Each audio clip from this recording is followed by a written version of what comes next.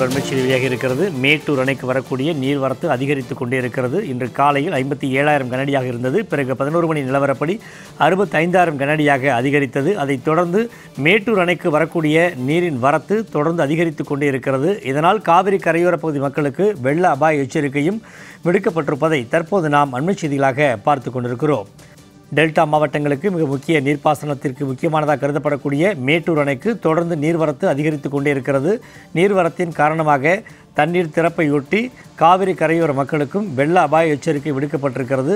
மேட்டூர் அணைக்கு இன்று காலை 11 மணி நிலவரப்படி 65,000 கனஅடியாக அதிகரித்திருக்கிறது.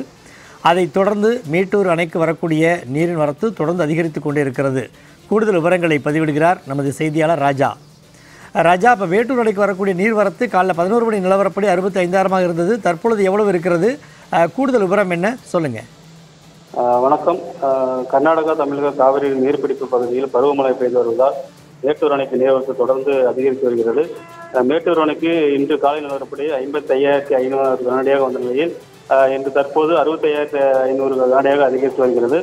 மேலும் காவிரி கரையோர மாவட்டங்களான சேலம், நாமக்கல், ஈரோடு, கரூர், தஞ்சாவூர், திருச்சி, நாகப்பட்டினம், அரியலூர் உள்ளிட்ட 11 காவிரி டெல்டா மாவட்டங்களுக்கு நீர்வளத்துறை அதிகாரிகள் வெள்ள அபாய எச்சரிக்கை எடுத்துள்ளனர்.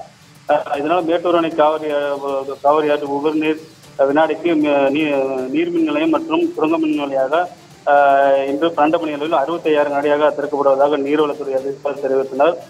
மேலும் மேட்டூர் அணை உபரிநீர் 16 மதுக்கு அருகே உள்ள தங்கமாபுரிப்பட்டினம், அண்ணா நகர், பெரிய நகர், சேலங்கம் பகுதியில் உள்ள பொதுமக்களுக்கு வெள்ள அபாய எச்சரிக்கை விடுத்துள்ளனர். மேலும் காவிரி ஆற்றில் பொதுமக்கள் இறங்கவோ குளிக்கவோ தடை செய்யப்பட்டுள்ளது. மேலும் காவிரி கரையோர பகுதியில் தீயணைப்புத்துறை மற்றும் காவல்துறையினர் தீவிர பாதுகாப்பு பணிகளில் ஈடுபட்டு வருகின்றனர். கூடுதல் விவரங்களை வழங்கியமைக்கு நன்றி ராஜா.